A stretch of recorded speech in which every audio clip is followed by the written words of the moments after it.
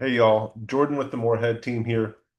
Wanted to go over real quick and do a yearly market update. So we're going to be looking back at the year of 2025 and just understand where we came from, where we are today, what has happened, and then we'll talk a little bit about what I think is going to happen. But I wouldn't put too much weight in that because I know just as much as anybody else does. There's no way to predict the future.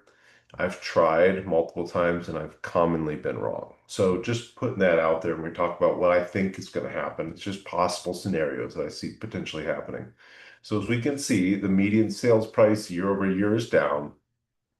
I think everybody knew that, paying attention to media, understanding what's going on with the Austin real estate market. Closed sales year over year are down. And the dollar volume, of course, less homes sold at a lower price, that is down too.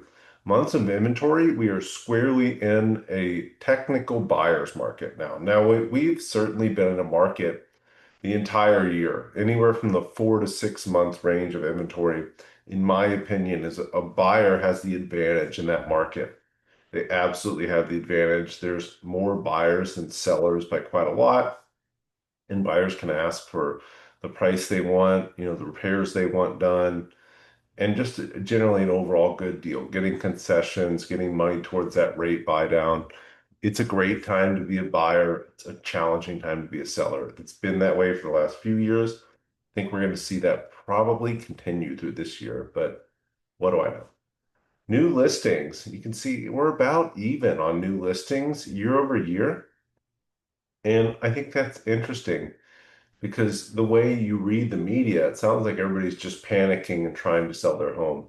Reality is a lot of people have lower rates on their homes, don't need to or don't want to sell at the prices they're going to have to sell at to get their home sold. And a lot of people are trying to sell their homes and they're not getting the price they want. They're saying, hey, I've got a 3% rate, pulling it off the market. Active listings were up a fair amount year over year, but nothing dramatic. Pending sales, pay attention to this number. This is actually up year over year.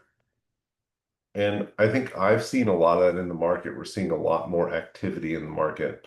But if you pay attention to this number, we're only up about 14 more homes sold. It's just seeing that trend moving into the new year was encouraging for me. Days on market, higher days on market, not a lot.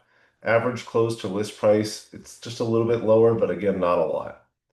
So what we've seen happen this past year, we've absolutely seen, like I said, the buyers have an advantage. We've seen housing become a lot more affordable on the rental side and on the purchase side in Austin. And I think it's challenging for a lot of people looking at buying a home in the Austin area for saying, hey, why not just go rent? I can go rent cheap. I can get a month or two free. Why am I not just going to go rent?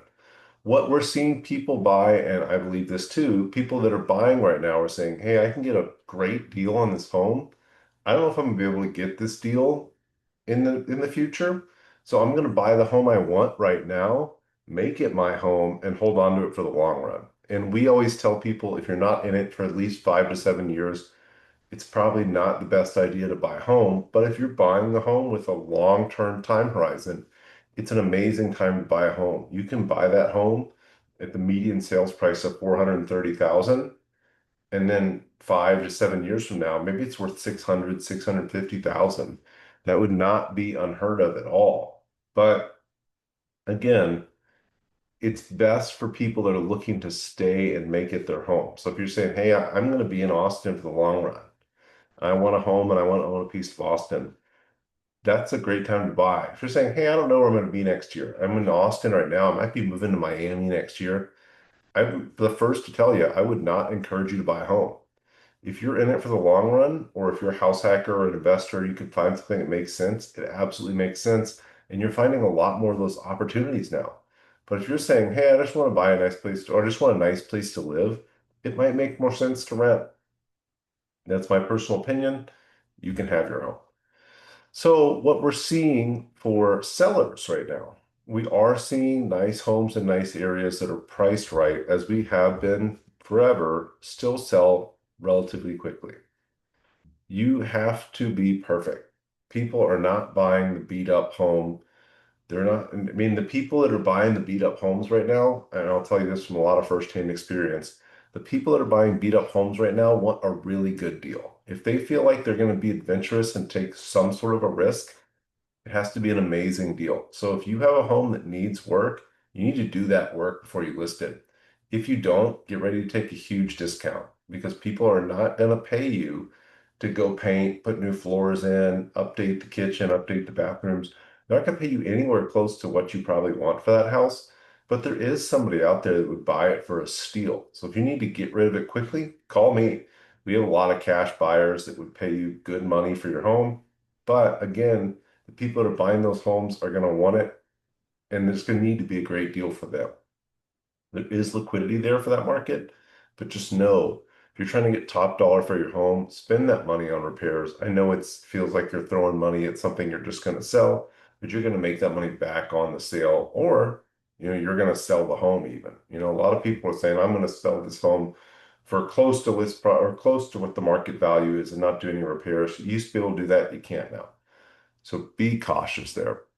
Where I think we're going with the Austin market in the next year, personally, I think we're going to see a lot more transactions happen. So I think we're going to see a lot more homes sell. I don't think we're necessarily going to see prices go up or down because I don't think interest rates are going to get low enough to really do anything dramatic. I think they're probably going to keep going lower. They are like 6.2 today when I saw. That's down from it's about 6.35 or so last year this time. 2 years ago, and I know this because I bought a house, we were at 7.35. So we're still down dramatically over the last couple of years, but we're not where people want to see it yet. And going back to lots of people have 2.5, 3.5% mortgages on these homes. And it just doesn't make sense for them to sell that 3% and move into something at a 6%. But people are looking to buy. Austin is still growing. There's been a lot of great news coming out of Austin, a lot of companies moving here. There's been stuff happening on the coast that are making people reconsider living on the coast, in New York, California, and they're thinking about moving to Austin, Miami, places like that too. We're getting a lot of those people bringing their companies, bringing their money to the Austin area.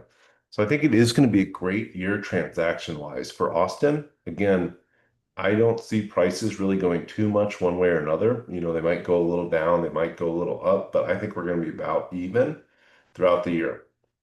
If you're looking to make a move, now is the time to start thinking about it. If you're looking to buy a home or a duplex or an investment property in Austin, now is the time to start thinking about it. If you're an investor and you have the access to cash or capital to buy deals from distressed sellers, I think you're going to have some opportunities here this year.